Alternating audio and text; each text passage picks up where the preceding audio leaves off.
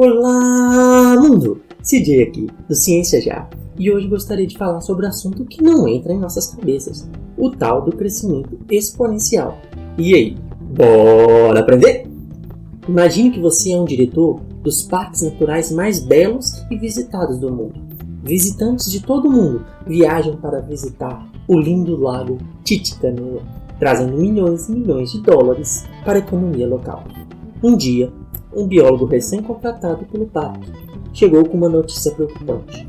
O lago estava sendo invadido por uma espécie de bactérias que dobra a quantidade a cada dia, que, por enquanto, estava presente em uma pequena quantidade, mas se continuasse seguindo no ritmo de crescimento exponencial, a bactéria tomaria todo o lago em apenas 100 dias. Antes de continuar nossa história, gostaria de te perguntar uma coisa. Em quantos dias você acha que metade do lago estaria coberto por essas bactérias? Quando respondemos essa pergunta, a maioria de nós pensa em algo por volta de 50 dias. Mas, e se eu te falasse que a resposta está bem longe de ser verdade? Para você ter ideia, a resposta correta seriam 99 dias. Olhe o seguinte gráfico. Este gráfico representa o crescimento da área ocupada do lago por essas bactérias, sob duas óticas totalmente diferentes. A primeira, analisando o crescimento de forma linear. A segunda, analisando o crescimento de forma exponencial. Os testes dos especialistas mostraram que o número de bactérias dobra a cada dia. Isto quer dizer que elas seguem um crescimento exponencial. Nós estamos acostumados a pensar de forma linear.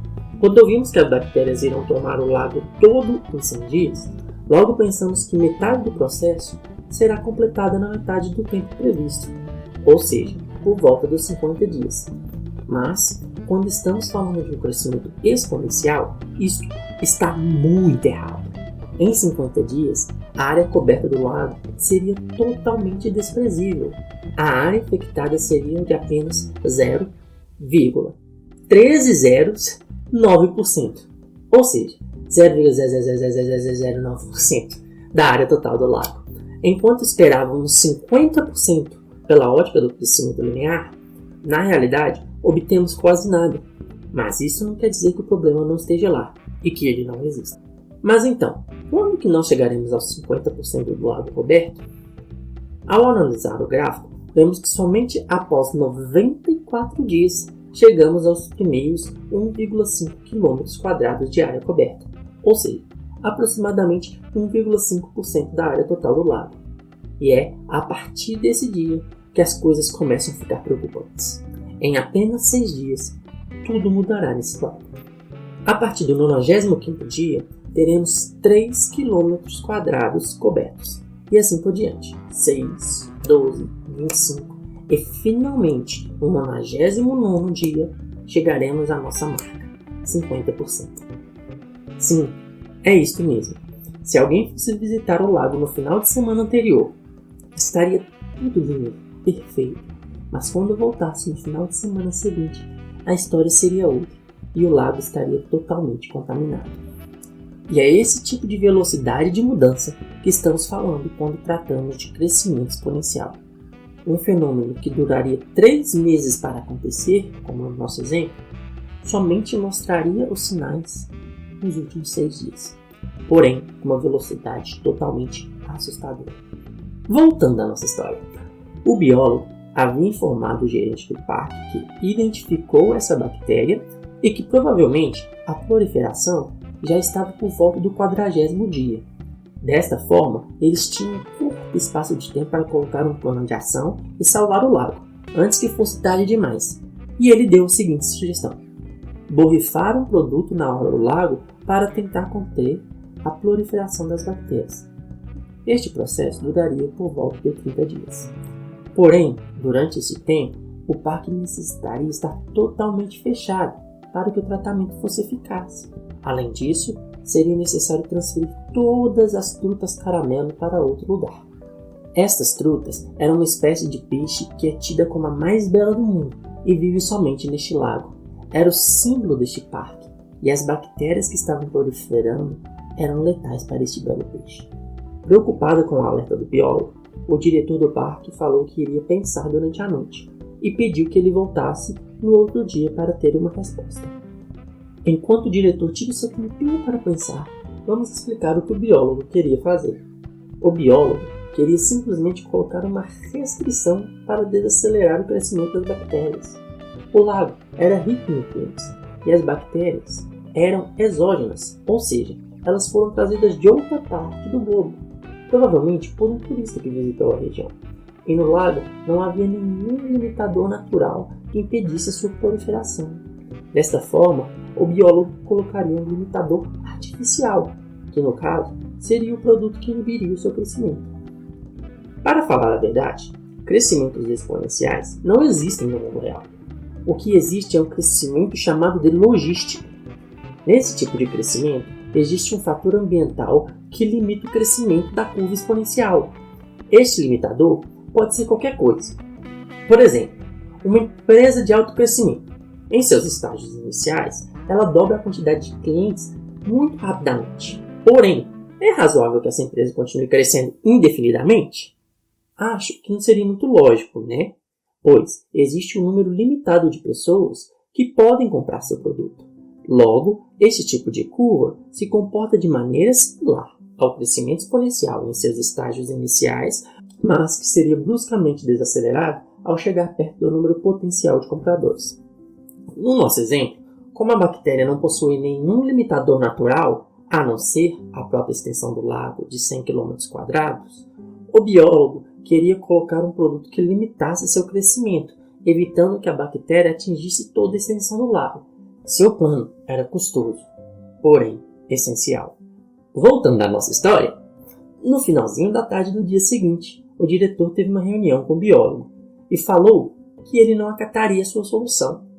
De acordo com o diretor, ele enviou seus agentes especializados de confiança para averiguar a situação e não encontrou nada que fosse preocupante. Apenas uma pequena amostra do lago foi encontrada com a tal bactéria e que isso não representava perigo nenhum. Afinal de contas, de acordo com o próprio biólogo, a infestação já estava quase na metade do tempo previsto e nada de grave estava acontecendo com o lago. Além disso, de acordo com o diretor, esse plano seria totalmente inviável. Seria necessário comprar litros e litros do produto importado, além de lidar com uma complexa logística de transporte da truta caramelo. Fechar o parque por 30 dias era inadmissível. O dia de maior visitação e peregrinação ao parque ocorreria durante esses 30 dias, e o parque não poderia abrir mão dessa verba. Levado por seu pensamento linear, o diretor acreditou que a situação deveria estar muito pior naquele momento do que realmente estava. Afinal de contas, já estavam chegando na metade da previsão da infestação total e nem 1% do lago estava contaminado. O diretor achou que o biólogo estava errado ou até mesmo que ele estava mentindo. Dias se passaram e o badalado feriado chegou. Pessoas do mundo inteiro vieram e visitaram o parque. Avistaram sua grande beleza natural, presenciaram as belas trutas caramelos, felizes, saltitantes, vivas. Passaram bons tempos juntos. Porém, o biólogo continuou alertando o diretor do perigo iminente que estava à frente. Mas, infelizmente, sempre era ignorado. Até que, no 94º dia, o diretor cansou desse papinho e demitiu o biólogo. O chamou de tolo e mentiroso, já que estava quase chegando no prazo final de 100 dias e nada havia acontecido. Após este ocorrido, o diretor decidiu tirar férias para descansar, pois havia trabalhado arduamente, tomado boas decisões e salvo o parque de um biólogo maluco que queria pôr fogo no parquinho inteiro. Pois então, foram apenas 5 dias de férias, em que o diretor ausentou-se de suas responsabilidades para usufruir do tão merecido descanso. Mas, no meio das férias, o diretor recebe uma ligação. Eram aqueles agentes especializados, os mesmos que falaram que não ocorreria problema nenhum. Mas agora, o discurso era outro. 50% do lago já estava contaminado e o diretor, desesperado, decidiu voltar para o parque imediatamente. Foi um dia de viagem de volta. E quando chegou no local, o cenário era catastrófico. Todo o lago já estava contaminado. E na melhor da estimativa, demoraria 1 ano de parque fechado para limpar toda a bagunça. O pior nem era isso. O diretor foi informado que todas as belas frutas caramelo, símbolo da beleza e energia do parque, haviam morrido.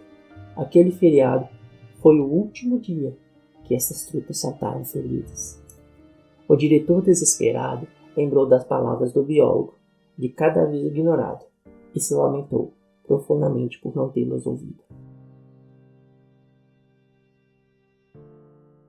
Então, pessoal, isso foi só uma história que contei para ilustrar como que funciona o crescimento exponencial. Normalmente, este tipo de movimento não entra em nossas mentes, por causa da magnitude e da velocidade que ele ocorre.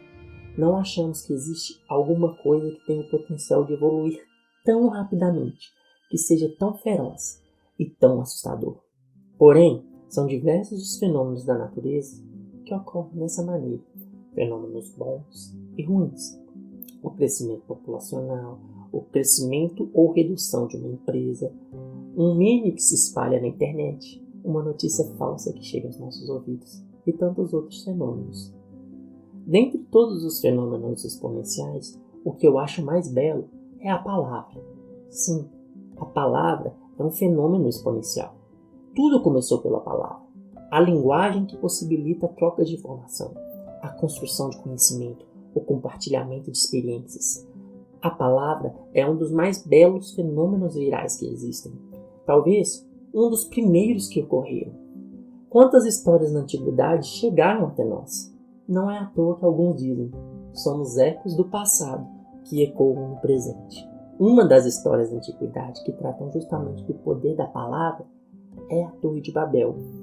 Nessa história, o próprio Deus veio na terra para confundir a língua dos homens, que na época falavam todos uma só língua, e Deus afirma, sendo um só povo, com uma só língua, não haverá limite para tudo o que ousarem fazer.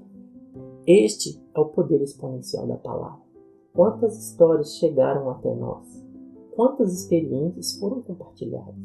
Quantos conhecimentos construídos e destruídos?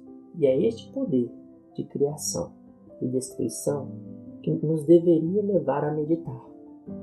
Qual a palavra tem ecoado dentro de nós? Quais são os ecos que nos acompanham? Nós somos um ponto de amplificação ou abafamento destes ecos. E sobre nós recai a responsabilidade de ecoar ou abafar. Nós podemos ser limitadores de uma palavra ruim ou amplificadores de uma palavra boa, ou até mesmo escolher fazer o contrário. Qual dessas duas opções você escolhe?